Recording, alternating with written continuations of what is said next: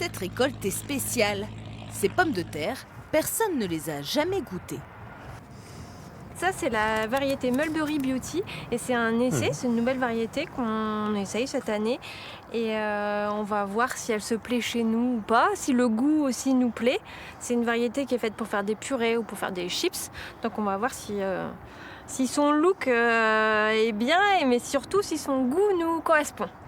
Et la Mulberry Beauty passe déjà avec succès la première étape. Elle a su résister aux grandes chaleurs de cet été. Reste donc à Adèle et à son père de la goûter pour savoir s'ils la commercialiseront dès l'an prochain. Chez les Bayard, il y a Bertrand le père, Françoise la mère, Florent le fils et Adèle la fille. La Juliette, elle arrive depuis hier. Elle sera dispo la semaine prochaine. Et l'on peut dire que leur passion pour la pomme de terre est génétique. Leurs terres ont commencé à être cultivées par leurs ancêtres dès le XVIIe siècle.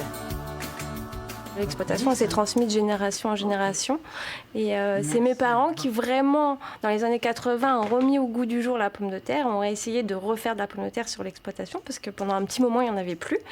Et puis, ils sont vraiment passionnés pour la pomme de terre et ils ont décidé de se consacrer vraiment qu'à ça. Aujourd'hui, l'entreprise travaille avec des producteurs picards et propose une trentaine de variétés dont certaines sont très anciennes. Au total, chaque année, 12 000 tonnes de pommes de terre quittent leur entrepôt.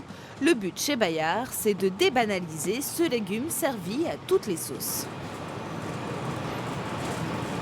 Une pomme de terre, il faut savoir que ça se stresse beaucoup dans les champs, donc il faut la dorloter, il faut voir si elle a besoin d'eau, si elle est heureuse en terre, parce que sinon elle peut se déformer, elle peut devenir verte si la terre se crevasse. Donc il y a des choses à respecter dans les champs. On dorlote aussi nos clients et on fait du sur-mesure pour eux. Et s'ils veulent un calibre spécifique, on va essayer de le faire. On va essayer de répondre à la demande du client. Mais le secret du haut de gamme, c'est aussi et surtout leurs 26 salariés présents à pratiquement chaque étape du déchargement au conditionnement. Ça va, tout se passe bien? Elles sont en train de trier les pommes de terre parce qu'on est sur la chaîne micro-ondes, donc c'est un emballage qui demande le zéro défaut. Donc elles enlèvent ce qui est vert, ce qui est coupé, ce qui est endommagé par la culture tout simplement, par les arrachages. Bon, la majorité de notre production, elle part en France. On est sur 70% en France et 30% sur l'export.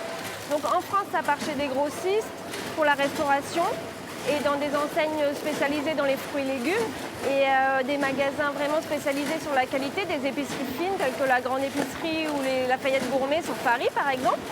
Et sur l'export, ça peut partir en Europe, ça peut partir dans les Émirats arabes, ça peut partir sur Hong Kong et voire même jusqu'à Tahiti. Récemment, on a fait un envoi sur Tahiti. En 2007, l'entreprise a remporté le prix de l'innovation au Salon de l'alimentation. Sa réputation, elle la doit au bouche à oreille. Ici, pas de commerciaux, mais des collaborations avec des grands chefs.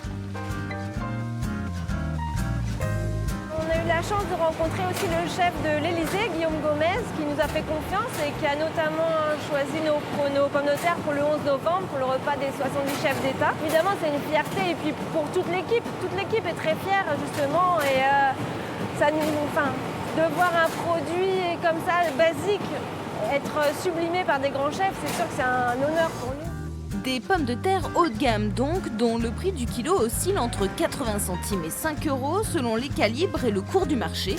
Demain, nous vous emmènerons à la rencontre de Françoise. Elle tient une friterie près de Roye depuis plus de 15 ans. Je mets du sel sur les frites.